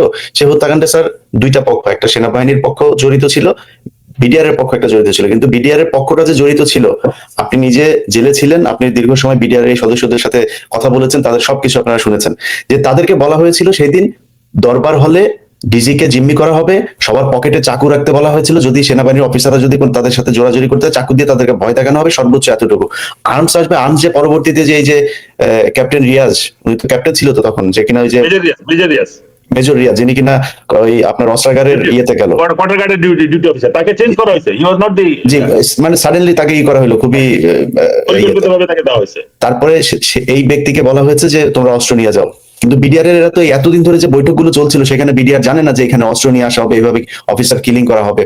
সো তাদেরকে স্যার এই এতদিন ধরে জেলে রাখলেন, তাদেরকে তো এখন ছাড়া উচিত। তাদেরকে ছাড়া যে কজন এখন পর্যন্ত জেলখানে আছে তাদেরকে ছাড়া, এবং সেনাবাহিনীর যারা, আমি বিডিআর এর সবাইকে ছাড়তে হবে আমি সেটা বলছি না, আমি মনে করি বিডিআর এর যারা এখন আছেন ভেতরে তারা কেউই দোষী না। যারা দোষী তাদেরকে হাসিনা হয় মেরে ফেলেছে অথবা ভারতে পাঠিয়ে দিয়েছে, বিভিন্ন জায়গায় মানে সুন্দরভাবে তাদেরকে বাঁচার সুযোগ করে দিয়েছে। সো তাদেরকে ছাড়তে হবে। সেনাবাহিনীর যে অফিসাররা এর সাথে এই কমিশনের রিপোর্টে যাদের নাম এসেছে অতি সত্ত্বর তাদেরকে গ্রেপ্তার করা হোক, এটা স্যার আপনি চান কিনা কর্নেল হাসিনার? বিসমিল্লাহির রহিম ভাই, কোনো ছাড় নাই এই ব্যাপারে। যে কটা সেনা অফিসার জড়িত ছিল, যে মামুন খালেদ থেকে শুরু করে ডিজি ভাই, সব কটাকে দ্রুত, মানে এদেরকে দ্রুত অ্যারেস্ট করতে হবে। এদের কিন্তু ওইভাবে রাখা যাবে না, গাড়ি পাঠিয়ে আনেন আবার সমন দেন, নো, এত কষ্ট করে রাখার বিচার করা যাবে না। স্টেডিয়ামের মধ্যে ঢুকাইতে হবে সব কটাকে, স্টেডিয়ামের মধ্যে রাখে একসাথে বিচার শুরু করতে হবে। বিচার 15 দিনের মধ্যে শেষ করে সম্ভব। অন্যায় ভাবে আপনি লোকজনকে মুখ বন্ধ করে ফেলবেন, রাখবেন না। আপনি জানেন এই অফিসাররা জড়িত, এতদিন কেউ কোনো কথা বলে নাই, আমরা তো বলতাম এরা জড়িত, এরা জড়িত। আপনি দেখেন, আমি ওই জেলখানায় ছিলাম, সেলিম যার কথা নাম বললাম, কাম 1 by 1 ছেলেটা বলছে, ও আমার দেখাইছে ও নিজেও গুলি খাইছে, রিকোয়েস্ট করা গুলি হাতে, এবার ডকুমেন্ট আছে, সেই ডকুমেন্ট আমার দেখাইছে। আমি কারো ইয়া চাই না, বাট কথা হলো জিনিসটা বুঝতে হবে। এই যে আমাদের তাপস যে জড়িত, আমাদের জেনারেল সাহেব জানতেন না, আমাদের জেনারেল মইনু জানতেন না, তারপর কেন আমাদের অফিসার অন্যায় করা হইলো? এর জন্য দায়ী মবিন এবং এরা কেউ, এরা এত একটা অনৈতিক অফিসার, এরা এদের জিব্বে এত বড় হয়ে গেছে যে বিবেক হার মানছে। আর এই সব কিছু দোষ চাপাই দিলাম বিডিআর উপরে, সৈনিকদের উপরে, নো, এটা তুই অফিসারদের নিতে হবে। এখন কথা হলো যেটা হয়েছে আর করতে দেওয়া যাবে না। আমরা এখনো ডিজিএফআই সংস্কার করি নাই। ডিজিএফআই পলিটিক্যাল গভর্নমেন্টের অধীনে থাকবে না, এনএসআই থাকবে না। এই স্বজনপ্রীতি ডিজিএফআই এর সশস্ত্র বাহিনীর হয় সেনাপ্রধানের অধীনে অথবা চিফ অফ জয়েন্ট স্টাফ যেটি বানান তার অধীনে থাকবে। এইটাকে ব্যবহার করে পুরো দেশটাকে জিম্মি করা হয়, এটা করতে দেওয়া যাবে না। তার আসল কাজ করতে পারে নাই, এই যে ডিজিএফআই ব্যর্থতা, তার পানিশমেন্ট এমনি হওয়ার কথা। কোনো দল কোনো কিছু করতে পারে নাই, সে করতে দেয় না বা কোনো জানে না, সে কোনো কাজ জানে না, কোনো তত্ত্ব সকল অপকরণ হয়ে যাওয়ার পর সে আসে, তুই রাখে লাভ কি? এর জন্য নতুন তাকে চার্টার অফ রিলিজ করতে হবে, জনগণ যেন তাকে দেখে ভয় না পায়। আমি যেন মুসাদ সামনে একটু চিন্তা করি, মুসাদ ধরো আমাদের ডিজিএফআই নিয়ে যেন অন্য দেশের লোকরা এমনটা চিন্তা করে, আমরা মানে আমাদের ডিজিএফআই দেখে আমরা ভয় পাই, আতঙ্কে থাকি। আতঙ্কে থাকার কথা কার? Same to NIC. এত গোয়েন্দা রাখেন, আমি জানি না, ওই আমি দুঃখ লাগে, এত রিসোর্স আমাদের বাঙালি, কিন্তু আমরা এদেরকে অন্য কাজে ব্যবহার করি। আমাদের আসলে মূল সমস্যা হল রাজনীতিবিদ। আমরা ভালো রাজনীতিবিদ চাই, এতে যদি জামাত আসে জামাত আসবে, ওই চোখে চোখ রেখে যে কথা বলতে পারবে ভারতের সাথে সেই আসবে, অন্য কোনো লোক না। অন্য কোনো বাটপার চাই না আমরা। 54 বছর দেখছি আমরা দেশের জন্য জীবন দিতে প্রস্তুত, মূলত ভারত আমাদের শত্রু তার জন্য। কিন্তু আমাদের রাজনীতিবিদরা ভারত প্রেমে আসক্ত, এই রাজনীতি আমার দরকার নাই। এই শহীদ জিয়া সময়টুক ছাড়া বাকি সবটাই ছিল গড়বড়ে। মইনুল আহমেদ সমস্যা হয়েছে স্যার, ধরেন ওই যে বললাম যে যখন ব্যক্তি স্বার্থ চলে আসবে, তখন আমি ভারতের হয়ে কাজ, এই যে কর্নেল মুজিব, আমি যতটুকু জানি, আপনারা আমাকে কারেকশন করেন ভুল করলে, কর্নেল মুজিব এই পুরো ঘটনাটা জানতো। কর্নেল মুজিব এটা জানতো যে জেনারেল শাকিলকে মেরে ফেলা হবে, কিন্তু তাকে যে মেরে ফেলা হবে সেটা সে জানতো না। আর্মিরা তো তাদের উইটনেস রাখবে না, মুজিবকে মারা হয়েছে। সো এই যে আর্মিরা ব্যক্তি যেই স্বার্থের জন্য তারা এই দেশের যে বড় ক্ষতি করছে, এবং তাদের ভেতরে যদি লোভ এবং নারী হানি ট্র্যাপ, মানি ট্র্যাপ এইসবে যদি তারা পড়ে, সেক্ষেত্রে আমার এই দেশ ই করবে না। Brigadier general ATM Ziaul Hasan sir যে কথাটা বলেছেন স্যার, যে আমরা সেনাবাহিনীর সবার বিরুদ্ধে কখনোই কথা বলবো না, অবশ্যই আমরা কখনো বলি না। প্রতিটা প্রোগ্রামের ভেতরে আমরা কোনো না কোনো জায়গায় বলে থাকি যে সেনাবাহিনী আমাদের সার্বভৌমত্বের প্রতীক। এই সেনাবাহিনী যদি দুর্বল হয়ে যায় তাহলে এই দেশ টিকবে না। এই সেনাবাহিনীকে ঠিক হইতে হবে, আমরা সেটাই চাই স্যার। আপনার সাথে আজকে যদি তর্ক করতে চাইতাম, অনেক তর্ক করা যাইতো। সবচেয়ে বড় তর্ক যেটা করা যায় স্যার, যে আপনি সেনাবাহিনী, আপনার সেনাবাহিনীর ক্যান্টনমেন্টের ভিতরে আপনার সেনাবাহিনীকে গুম করা হয়েছে, সেই সেনাবাহিনীর অনেককে তো পাওয়াও যায়নি। সেনাবাহিনী অনেকে দেশ ছাড়তে বাধ্য হয়েছে। যেই তাপস এই হত্যাকাণ্ডের সাথে জড়িত, সেই তাপসের উপরে গ্রেনেড হামলার আরেক নাটক সাজিয়ে সেনাবাহিনীর 5 জন কমান্ডোকে আপনারা বাংলাদেশ থেকে বের করে দিয়েছেন। আজ পর্যন্ত এগুলি কিন্তু সব তদন্তে আসছে, এই কমিশন বের করেছে, এবং এটা যে রেকমেন্ডেশন করেছে আমি মনে করি এটা একটা খুবই ভালো কাজ হয়েছে। এবং আমি কখনোই ওই 5 জন অফিসার, আমি তাদেরকে খুব কাছে থেকে দেখছি, আমি তাদের সাথে আমার personal before they were involve, এই 5টা অফিসারই ছিল ইন্টারোগেশন টিমে, এবং তারা মানে খুব দ্রুত তথ্য বের করতে পারতো, এবং বের করে এই যে তাদের যে এই যে কর্মস্পৃহা এবং তাদের যে তৎপরতা, এটাই তাদের জন্য কাল হয়ে গেছে, এবং এটাই তাদেরকে আলটিমেটলি টার্গেটে পরিণত করছে। অথচ এই অফিসারগুলি কিন্তু দিন রাত পরিশ্রম করে কিন্তু তারা সত্যিকার তথ্য বের করে ফেলছিল, এবং তারা বের করে ফেলেছিল যে কোন কোন পলিটিশিয়ানসরা এর মধ্যে ইনভলভ ছিল। এবং আমি মনে করি যে এখন প্রথম ইমিডিয়েটলি যে কাজটা করা উচিত, এটা এখন দেশবাসীর কাছে পরিষ্কার এবং সমস্ত সশস্ত্র বাহিনীর সমস্ত সদস্যের কাছে পরিষ্কার, আওয়ামী লীগ নামে যে রাজনৈতিক দল, এটা হলো সশস্ত্র বাহিনীর শত্রু। একটা রাজনৈতিক দল যদি দেশের সার্বভৌমত্বের প্রতীকের প্রতি শত্রুতা থাকে, সেই দল কখনো সে রাজনীতি করার অধিকার রাখে না। এটাই হওয়া উচিত আমাদের প্রথম দাবি। আমি মনে করি সমস্ত 3 জন যে কর্মরত বাহিনী প্রধান আছে, তারা তাদের বিবেকের কাছে প্রশ্ন করুক যে আওয়ামী লীগ যদি এই কাজ করে থাকে, তাহলে তাদের সম্মিলিত দাবি সরকার প্রধানের কাছে যাওয়া উচিত যে ইমিডিয়েটলি অর্ডিন্যান্স জারি করে এটা বন্ধ করেন এই দলকে। আর আমি মনে করি অবসরপ্রাপ্ত যারা আছে, আমরা সবাই একত্রিত ভাবে আদালতের দ্বারস্থ হয় এবং তাকে আইনগত ভাবে সারা জীবনের জন্য, নাজিরা যদি সারা পৃথিবীতে নিষিদ্ধ হয়ে থাকে, আওয়ামী লীগ যে কাজ করেছে কোন অংশে নাজিরের থেকে কম না। এবং তারা যে কাজটা করেছে, এইভাবে মানুষ হত্যা করে সাধারণ অফিসারদেরকে বিভিন্ন রকম ঘুষ দিছে, এই গাড়ির ইনস্টলমেন্টে দেওয়া, প্লট দেওয়া। ভাই, প্লট আমার দরকার নাই।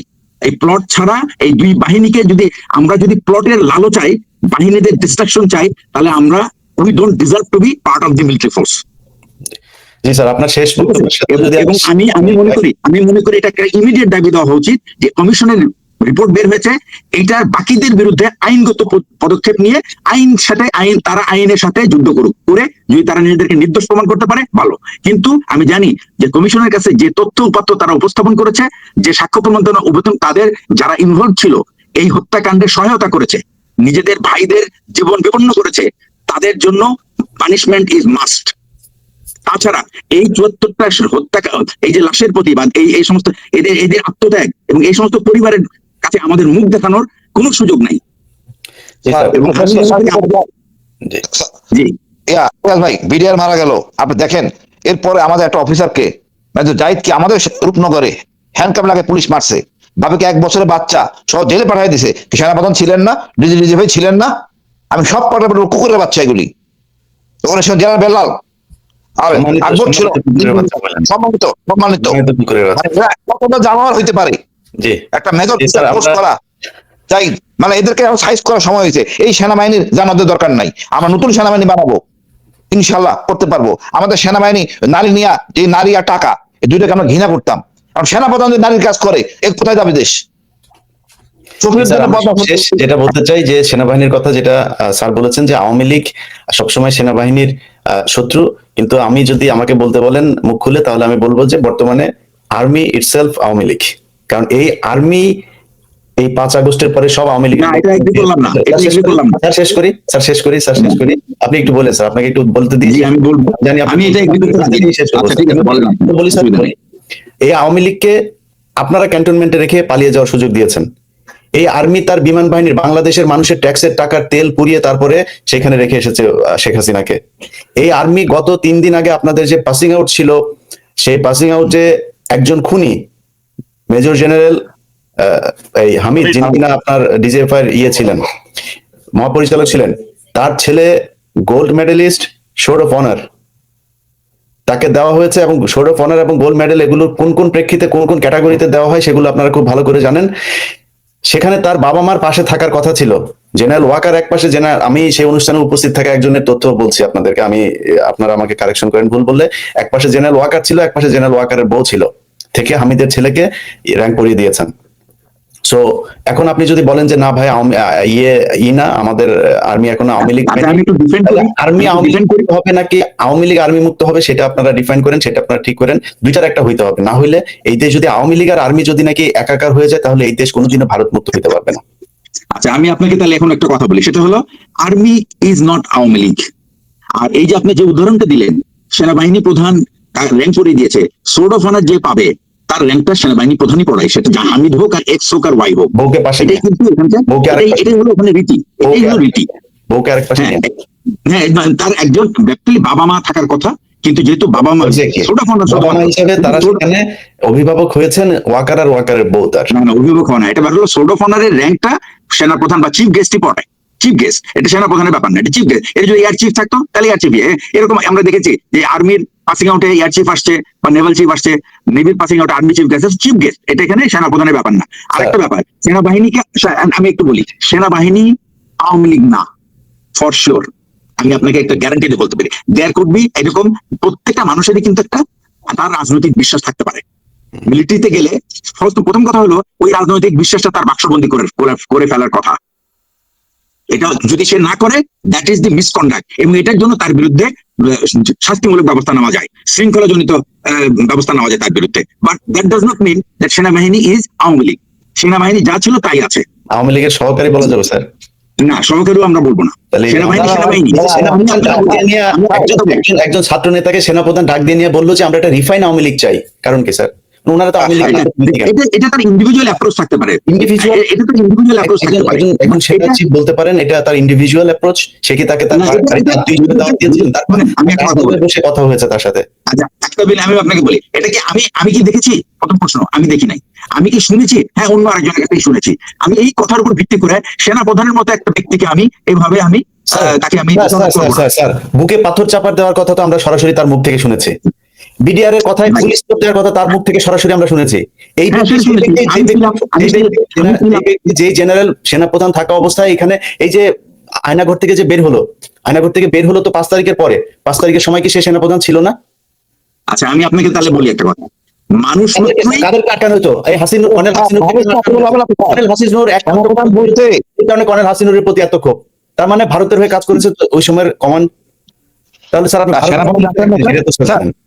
আপনি আমি জিজ্ঞেস করছি, আপনি যে এই ম্যাচে এমএসবি তো ব্রিগেড কমান্ডার ছিলেন, ফরেস্ট ব্রিগেড কমান্ডার, কোন জেনারেল আছে বাংলাদেশ আর্মির যায় না করে ডিজে ফাইতে জানেন না? কোন জেনারেল? এমন কোন জেনারেল জানতেন না? এরা কোথায় ছিলেন? আমি বলবেন না কেন জেনারেলদের? উনি সব না ভাই, কর্নেল ফুল কর্নেল পর্যন্ত আমাদের ভাই, আমাদের ইগো আছে, এরা কিন্তু দেশপ্রেমিক। উপরে যারা হালুয়া রুটি খাইছে এরাই হলো গিয়ে সমস্যা। এর মধ্যে ওই লোক আমি কিন্তু আমি জানি না হাসিন বা বীর নাসিরের সাথে কতটুকু যোগাযোগ আছে সার্ভিং অফিসারদের সাথে। আমি কিন্তু একটা দীর্ঘদিন সময় এই সমস্ত অফিসারকে গড়ে তোলার ব্যাপারে আমার একটা ভূমিকা ছিল। আমি তাদেরকে এই প্রতিবাদ না, আমি বলি তোমাকে, প্রত্যেকটা অফিসার, আমি বলবো ইলিয়াস ভাই, আমি শেষ করি কথাটা। আমি এইসব অফিসারদেরকে একেবারে সেই মানে ছোট কাল থেকে আমি দেখছি এই র্যাঙ্ক পর্যন্ত পৌঁছাইতে, এবং আমি আপনাদেরকে নিশ্চিত করে বলতে পারি যে এই সমস্ত অফিসার ইজ নেভার ওই আওয়ামী প্রেমী না, ও বিএনপি প্রেমী না, তারা বাংলাদেশ প্রেমী এবং তাদের বাহিনী প্রেমী। কিন্তু যেগুলি আওয়ামী প্রেমী এবং ভারত প্রেমী তাদেরকে বের করে দেন স্যার, তাদের বের করে, তারা চলে গেছে অলরেডি, তারা পালিয়ে গেছে। ওই যেগুলি ভারত প্রেমী ছিল না, তারা পালিয়ে গেছে। সেলিম আজাদ কোথায় এখন? সেলিম আজাদের ব্যাপারটা ওই আমি তো বলতেছি না যে এখানে সবাইকে আমরা সব ব্রিগেডিয়ারকে আমরা বা সব জেনারেলকে আমরা দোষারোপ করতে পারবো না। আপনি কি স্যার এটা সাপোর্ট করেন যে সেনাবাহিনীর এই খুনিরা এই যে সাব জেলের নামে এখানে ভিআইপি রুমে থাকবে, এটা সাপোর্ট করেন স্যার? না, আমি এই ব্যাপারটা আইনের দৃষ্টিকোণ থেকে আমি সাপোর্ট করি না। তাহলে কিন্তু কে রেখেছে স্যার? আর্মিকে এখন চাকরি তো রাখতে বাধ্য হয়েছে, তাই না? এখন কে রেখেছে? এই যে আমি আপনাকে একটা কথা বলি, এই যে আলাদা স্ট্যাটাস দেওয়াতে এটা আমি মনে করি সেনা প্রধানে নিজে ক্ষতিগ্রস্ত হয়েছেন, বাহিনীর বদনাম হয়েছে, দেশের মানুষের কাছে আমাদেরকে একটা অন্য জাত হিসেবে প্রমাণিত করেছে। আমরা আর এই দেশের মানুষের অংশ না। আপনাকে দায়িত্ব নিয়ে একটা কথা বলি, এটা খুবই অন্যায় হয়েছে। আমি আপনাকে বলি, আপনার বলতে সুবিধা হবে স্যার। এই যে তাজুল ইসলাম আছে না, আন্তর্জাতিক অপরাধ ট্রাইব্যুনালের চিফ প্রসিকিউটর, এই ঘটনা জানি তো, এই ব্যক্তিকে সেনাপ্রধান ডেকে নিয়ে গিয়েছিলেন। আমি জানি তো সবই। তাহলে স্যার আপনি কেন সেনাপ্রধান আপনার আওয়ামী মুক্ত হইলো, ভারত মুক্ত হইলো? না, আমি তো আপনি কিন্তু পুরো সেনাবাহিনীকে বলছেন আওয়ামী। আমি কোনোদিনও সেনাবাহিনীর সবাই এটা স্যার আপনারাই তো সেনাবাহিনীর অফিসার স্যার। আমার সবচেয়ে মানে আপনি এটা বলবেন না। আমি আপনাকে এখনো বলি, মানুষ হচ্ছে আমি এখনো বলি যে every individual makes mistake either intentionally or by mistake. সেনাবাহিনী প্রধানের যে অবস্থান, সেখান থেকে এই সমস্ত ছোটখাটো ভুল অ্যাকসেপ্টেড না, সোজা কথা। সে এমন কোনো কিছু করতে পারে না যেটা নাকি এই দেশের মানুষের আকাঙ্ক্ষার বিপরীতে। দেশের মানুষের আকাঙ্ক্ষার বিপরীতে এই দেশের মানুষের আকাঙ্ক্ষা কি? আমি আবার বলি, দেশের মানুষের আকাঙ্ক্ষা কি? দেশের মানুষের আকাঙ্ক্ষা হলো শেখ হাসিনাকে তারা ঝাঁটাই বিদায় করছে, সুতরাং যা কিছু তার করতে হবে সবকিছু হইতে হবে আওয়ামী বিরোধী এবং দেশপন্থী। থাকবেন স্যার আমাদের সাথে বিভিন্ন আলোচনায়, থাকলে আলোচনাটা জমবে। এবং আমি আপনাকে বলি, আমি কিন্তু আমি তাকে ব্ল্যাঙ্কেট দিয়ে আমি তাকে দোষও করবো না, আবার আমি তাকে ফ্রি চেকও দিব না। সে যখন দোষ করছে, এই যে ফুল স্টপ বলছে বিডিআরে, এটা সে সেনাবাহিনী প্রধান হিসাবে সে সবকিছু জানে, তারপরে এটা বলা তার একটা বিরাট ভুল ছিল, বিরাট ভুল। এবং সেটা বলতে পারেন ওখানে যে সমস্ত অফিসাররা ছিল তাদের অনেকেই ছিল খুব ব্যথিত, তারা তারা এই বিডিআর এর হত্যাকাণ্ডকে কোনোভাবে কেউ মেনে নেয় না। হুম। তাদের সামনে সেই কথাটা বলা মোটেই উচিত হয় নাই সেনাবাহিনীর অবস্থান থেকে, প্রধানের অবস্থান থেকে। আপনি বলছেন স্যার, আপনার মুখের কথাগুলো যদি অন্তত সেনাবাহিনী শোনেন, সেটাতে আমরা আমাদের এই দেশটা আমার মনে হয়। কিন্তু একসাথে আমরা কিন্তু সেনাবাহিনী প্রধানকে কিন্তু অপমানিত হইতে দেখতে চাই না। জি, উনি যদি ভুল করে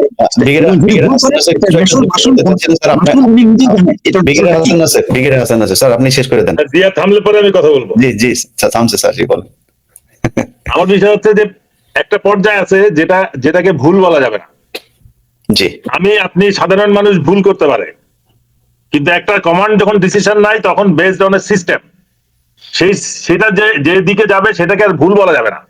এটা ডেলিভারেট অফেন্স বলতে হবে, যে সেটা যদি ভুল হয় অন্যায় বলতে হবে, এবং এই অন্যায় বলার সাহসটাই হচ্ছে সততা।